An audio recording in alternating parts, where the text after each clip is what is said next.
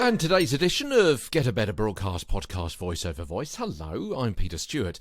So we've been talking about microphones, we've been talking about levels, recording levels and live microphone levels for your voice, and the importance of getting it right, because otherwise your voice will change. It's no point having a fantastic voice with all the resonance because you've been practicing enunciation and diction.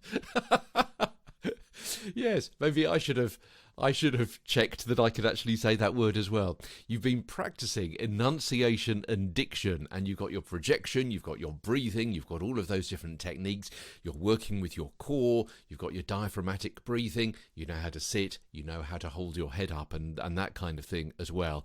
There's no point having all of those down to a T if you're then misusing the microphone or you're recording at a wrong level.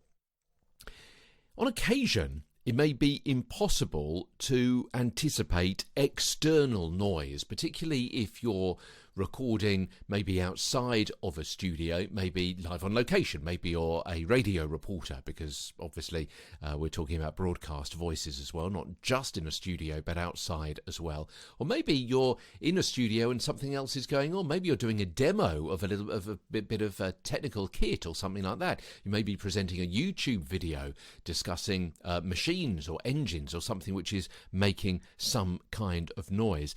And if you do have that noise as part of the mix with your voice, there may be some over-modding.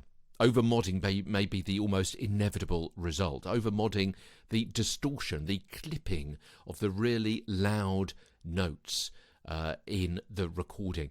When you look at a recording of of sound levels, of the waveform, you'll see sometimes it's over-modded, it's clipped. If the very top of those are all flattened out, they're filling up that window almost completely.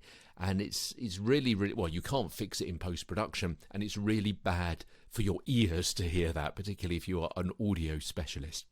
Doesn't sound right at all. So this situation could be maybe at a sports event. You're doing a commentary, a goal is scored, and there's a sudden roar of the crowd. You're trying to talk over it as well. Unless you've got your levels manually set, it's going to be clipping, it's going to be distorting, it's going to be over-modding.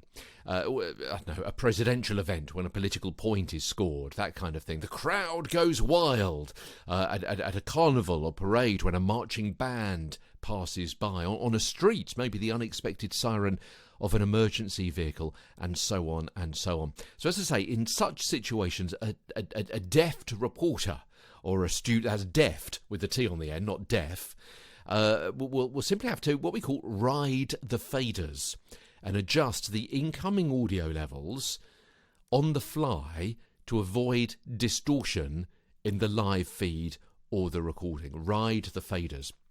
Riding the faders. There are other terms for riding the faders, which I won't actually tell you here because it's rather a rude one. But riding the faders is moving the fader up and down, up and down, up and down, up and down, depending on what you are hearing in that split second and the level you're anticipating it to be, were it to be recorded at that level or were it to be broadcast at that level. You're riding the levels, you're riding the waves, the sound waves, if you like, as they come to you as the producer or as the presenter as well. Maybe you're self-opping, you're self-operating your particular panel or studio desk. Okay, that's it for today. Thank you for listening. Hope that's been of use.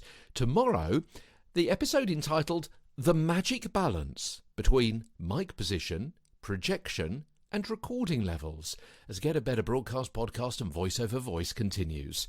From London, I'm Peter Stewart.